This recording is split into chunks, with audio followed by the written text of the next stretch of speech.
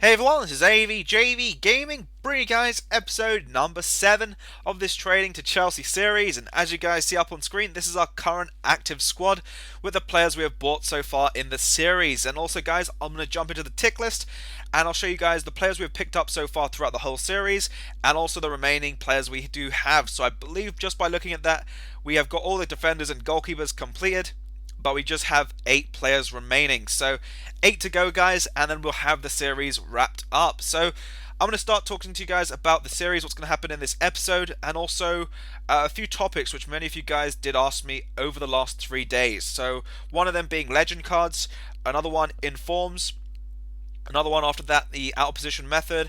I think it was that one. Also about cheat methods for people who have started new accounts or probably have low coin amounts, and trading techniques. I've got a lot of things to talk about in this episode, so it's going to be quite a lot of questions answered. So to begin with guys, the first question was about legend cards. I got this one I think yesterday or this morning, and the subscriber asked me, I've got a legend card, I picked him up a while ago, and now he's starting to go down in the market. Could you explain that? So with legend cards, as I'm sure many of you guys know, there was a big hype around them as they hit packs, and suddenly when everyone started getting used to them, and it's sort of like having the top rated players, suddenly their value just starts dropping because no one wants to have them anymore, as well as Team of the Year is out, so that has a big knock-on effect to their price. People want to sell their legends, have around about 5 or 600,000 coins free to buy packs, and possibly just plain out buy a Team of the Year player. So that's why legend cards are going down in value at the moment.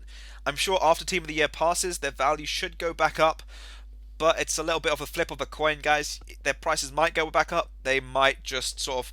Normally what I always say, if a player's value a month ago was going for what it was, and that's the initial value, get 80% of that, and that's how much they should be going for after Team of the Year. So if a player was going for 100k, he should be going for around about, say, 80,000 after Team of the Year has finished and gone. Now, the next question, which a subscriber asked me, was this one. As you can see up on screen, I picked up a song, 1,500 coins. Really nice deal there, and I was looking through quite a few. Now, the subscriber asked me, why do certain players like this go for so much more in a different position? Now, Alex Song is a very good player because he links up the Barclays Premier League as well as the Liga BBVA if someone wants to have Etu in a squad. So they can have Song and Etu up front just for chemistry reasons, and this is a very big tip for you guys that might be struggling with trading. Look for players that are very unique in hybrids, because those are the ones that will give you a lot of coins. Like Song, for example, I picked him up for almost nothing. It's 1,500, and that's for a striker version. He's defaulted CDM, and the cheapest one on the market at the time I believe was around about 6 to 7,000 coins. So quite a lot of money to be made over there, and people want to buy players like that for their hybrids. Now, it does take a much more longer to sell, so I would say guys, when you do this, do take into consideration the time that you'll have to sell them, unless you want to sell them for maybe 3 or 4k, maybe even 2 or 3k more than what you bought them for. By all means you can do that, but I'm trying to make 4 or 5,000 coins on Song over there, just because I want to make more money on the card, as I feel it's sort of better to make more coins on a player. So you can see that the cheapest one on the market was 5,100. Someone had undercut mine, so mine did not sell, and I'll just relist mine now for a second. So another question, guys, was about inform cards. As many of you guys know, there's going to be a selected amount of informs that are from the first early stages of Team of the Weeks, and those players, they're going to go down now throughout Team of the Year, but after their Team of the Year is out of packs, they're probably going to take an increase in price. So there is going to be a little bit of a fluctuation in the market, guys, with informs at this point in time.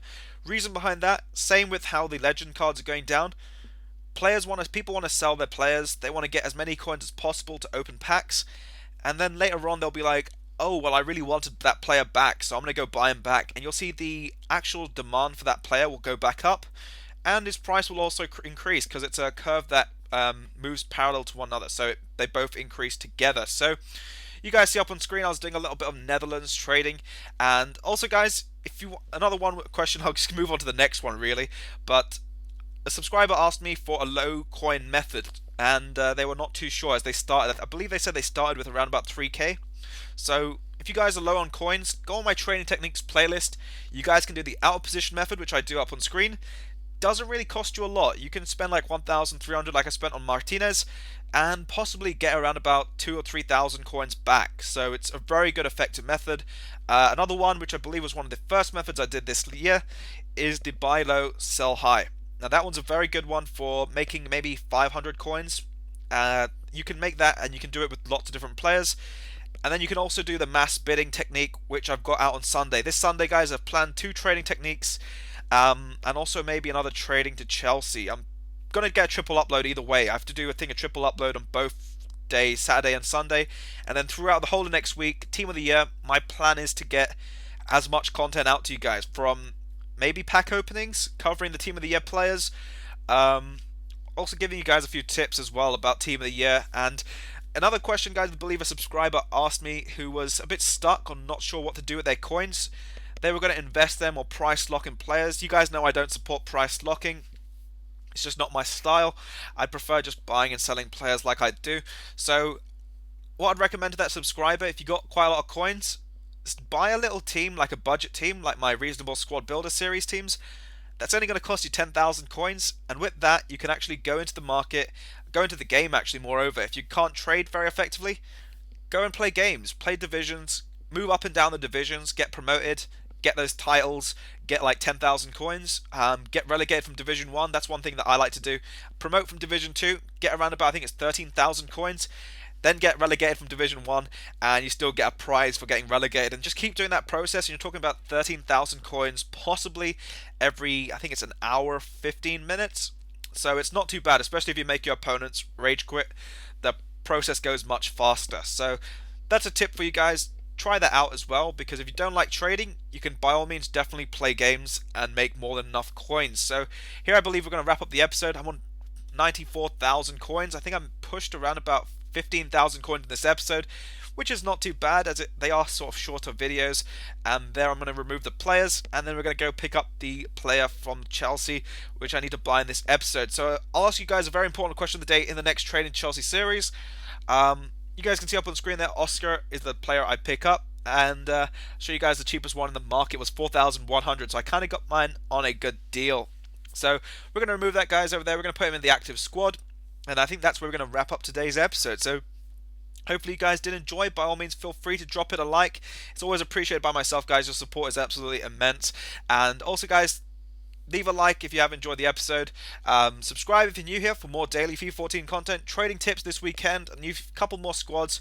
I think we've got triple uploads this weekend, so it's going to be very busy. But yeah, this has been AVJVGaming. You can see the new prices, and I'll catch you guys for the next episode.